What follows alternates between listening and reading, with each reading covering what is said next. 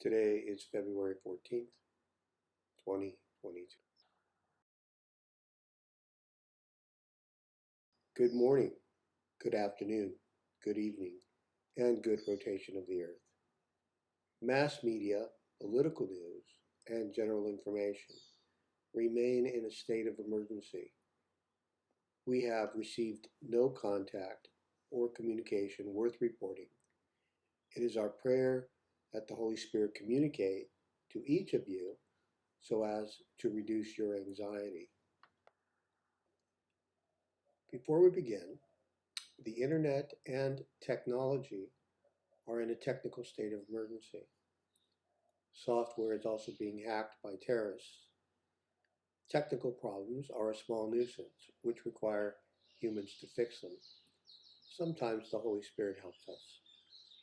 Technology problems are related to the current news and information emergency and every political and religious conspiracy being waged against you by terrorists. And I can assure you it will be judged and brought to justice every single day that it occurs until it stops. Happy Valentine's Day, and also Happy Nichiren Day, which is February 16. Nichiren is Japan's patron saint, its principal founder and patriarch. In Buddhism, Nichiren is to Japan what St. Patrick is to Ireland. In your following of these saints, make sure always to remember that they are incorporated into the same Holy Spirit. Also remember that no esotericism should be associated with them. Today is Valentine's Day. For me, St. Valentine's is akin to St. Nicholas. Though they are separated by time and description, they are for me one and the same. This is the big picture. Mahayana and Hinayana understanding. Hinayana are the details of the Mahayana, the big picture. Hinayana and Mahayana oppose each other, and they should not. Hinayana is considered the details of the big picture.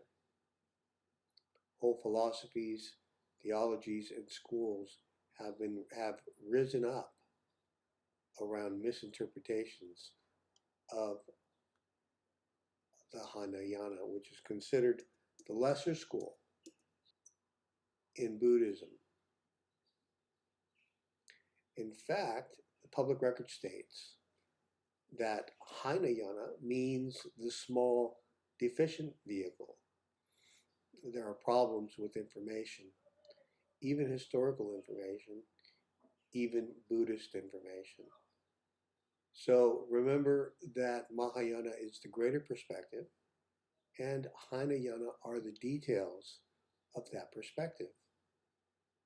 They are one of our first scientific methods and ways of analyzing our world, our behavior, our lives, and anything important to us.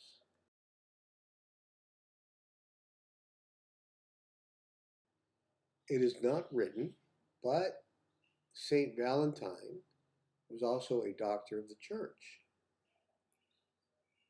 Being who he was, St. Valentine would have to have been a doctor of the church, same as St. Patrick. When they walk the earth, man and woman are the ultimate religious authorities, even if history does not recognize them as such, even if religion may not recognize them as such. This is the greater perspective. The work and life's ministry of their lives would be considered the more detailed perspective. And so on February 14th, we honor Saint Valentine, who during his lifetime was also a priest and a prophet, and eventually became head of the church. I'm not too crazy about the legend ascribed to him, but his attributes are not too bad. I'm pleased his memory has not been lost. I'm not going to talk about the death of St. Valentine. I don't believe in it. I believe in the death of Jesus Christ.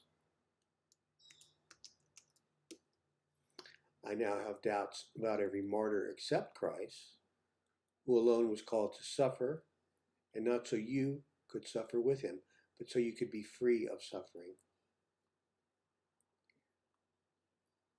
In the context of St. Valentine's life and history, I think it is important to talk about the problem of alternate histories, AH. So you know now, I have doubts about some of our religious histories. This is due to the current problems with political news and general information. Alternate history and tampering with historical information is a situation which has been in existence before, during, and after World War II. What I do not have doubts about is the one-time existence of a much more positive history of the early years of the church than what we have. If Christ was big enough to change how we measure history, surely he would have judged Rome, whose calendar reflects his advent, whose existence in our lives produced more positive things than what current history writes. Alternate history works to diminish our faith, make our faith illogical, and try to make Christ unworthy of AD, Anno Dominus.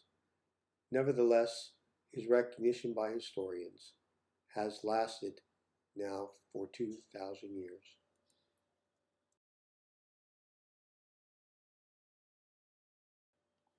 I want everyone to think about it. Here we are in the first 300 years after Christ, a tremendous incarnation which altered historical calendars even in China. Around the world, people are still living in huts without drains or plumbing and bathing in waterfalls, rivers, lakes, and streams, or water drawn from them. Back then, we hunted and foraged for food day to day. Where no organized religion existed, the Holy Spirit was there for us. If we lived in the Eastern Hemisphere, along came these rumors from Rome that if you wanted to be a Christian, you had to suffer like Christ, and they are killing them in Rome. Some people would say religion, who needs it?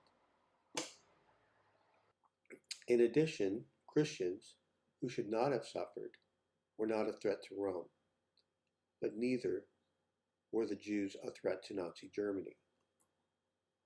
Barbarians were not even a threat to Rome, and even they got wiped out, and many peoples suffered Rome's heresies. Even during the times of St. Valentine, Rome would travel to find enemies and expand its empire, but gave little importance as to how to sustain it. Their adopting Christianity as a state religion helped it, but because of its warlike tendencies, Rome again became corrupt. I think Rome's greatest problem were its cults, their worship of false gods, and its male culture, whose corruption ensured its decline and fall. Saint Valentine knew everything about the gods. Some people would call this polytheism. Some people say that polytheism was the beginning of the end of Rome's civilization. The problem with polytheism is when we turn it into a cult religion or a series of them.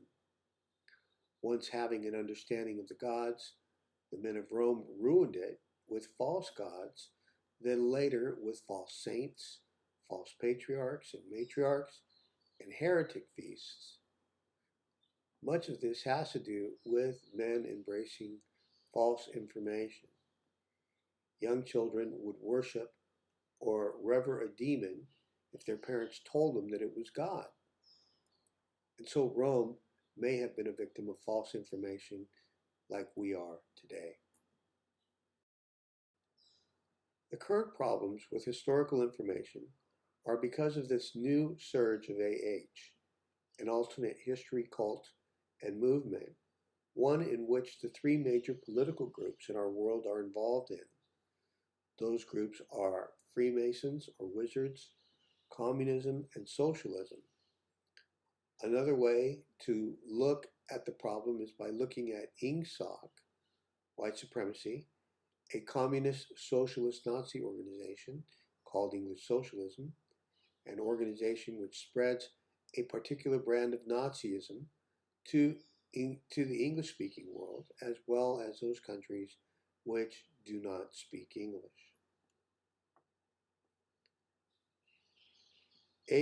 Alternate histories is a practice that is more older than we can imagine.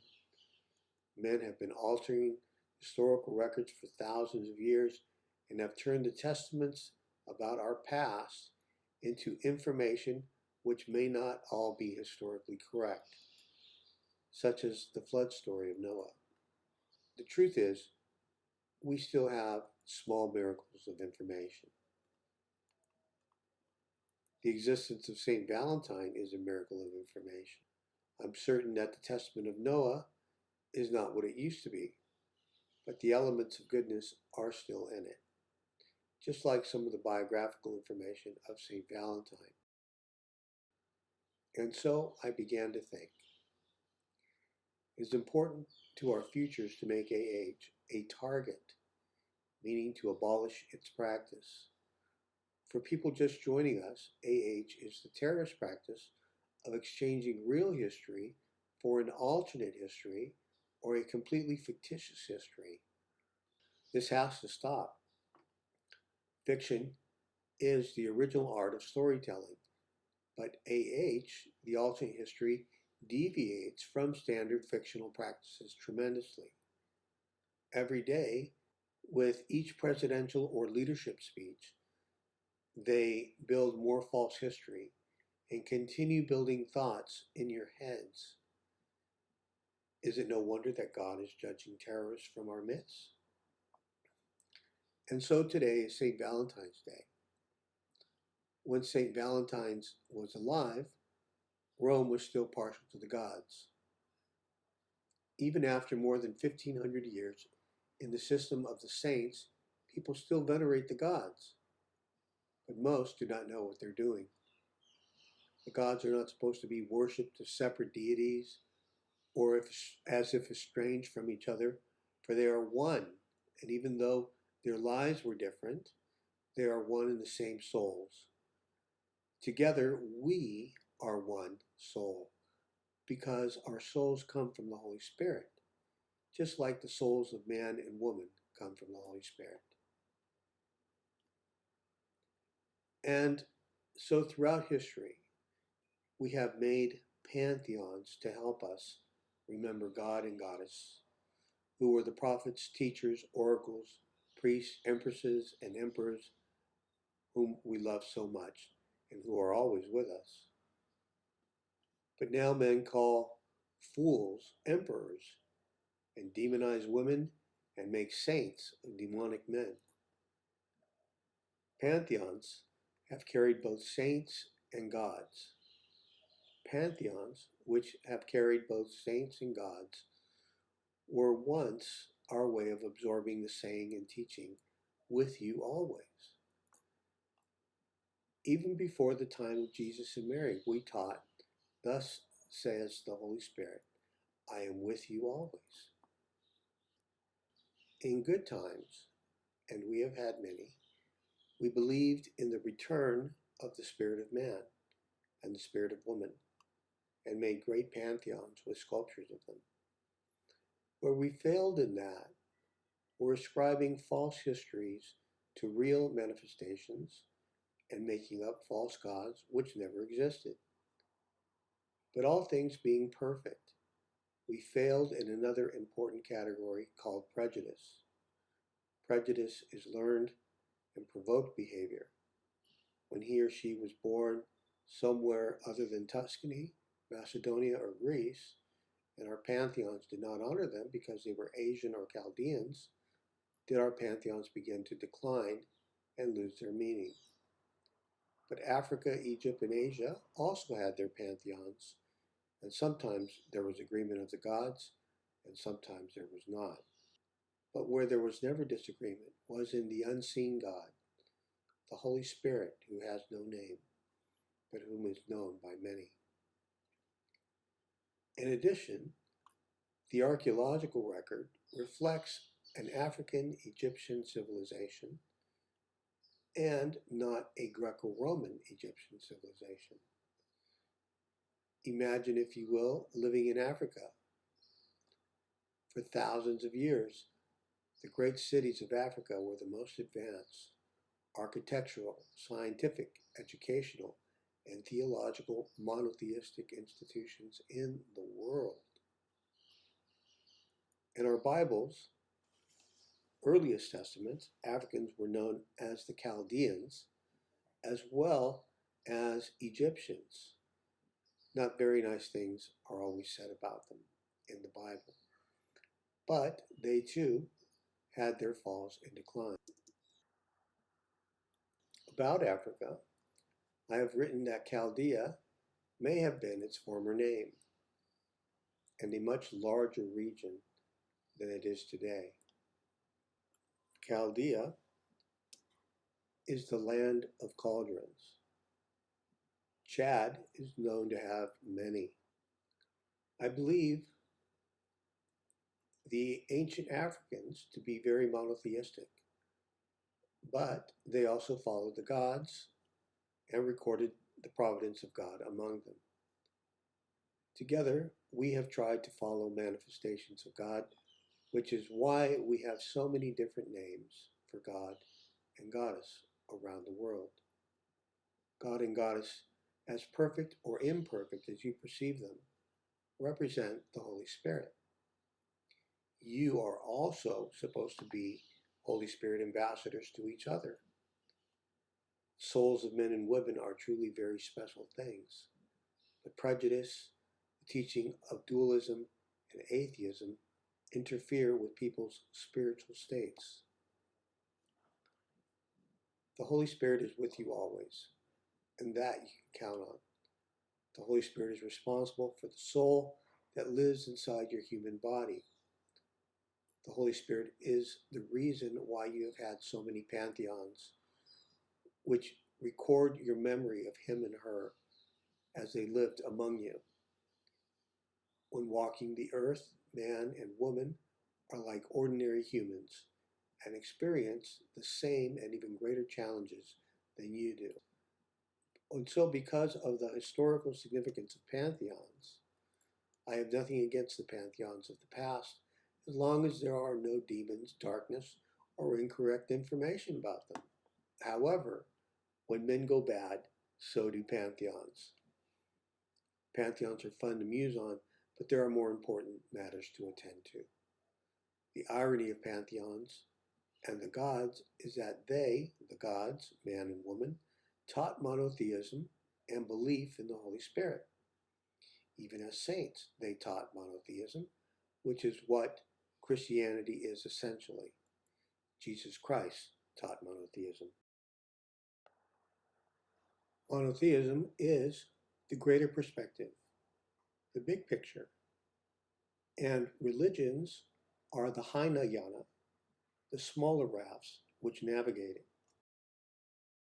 Historically, The gods did not teach polytheism, as it is taught by heretics, or reinforce any form of dark esoteric teachings, but always clarified the gods back to the people when they had lost their understanding of the gods and what they are supposed to represent. Now, for a long time, we have not made any new pantheons worth talking about, and I feel we should not.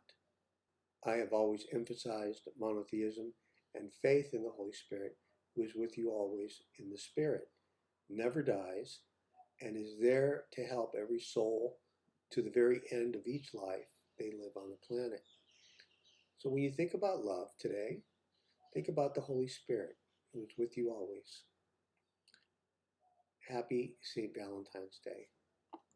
Again, have a safe, blessed St. Valentine's Day, which for me lasts all month long. Have a safe and blessed MMXII Day, and also a great African American month. May the good people of each nation be blessed. My peace I give you. May the peace of the Holy Spirit, which surpasses all understanding, be also with you.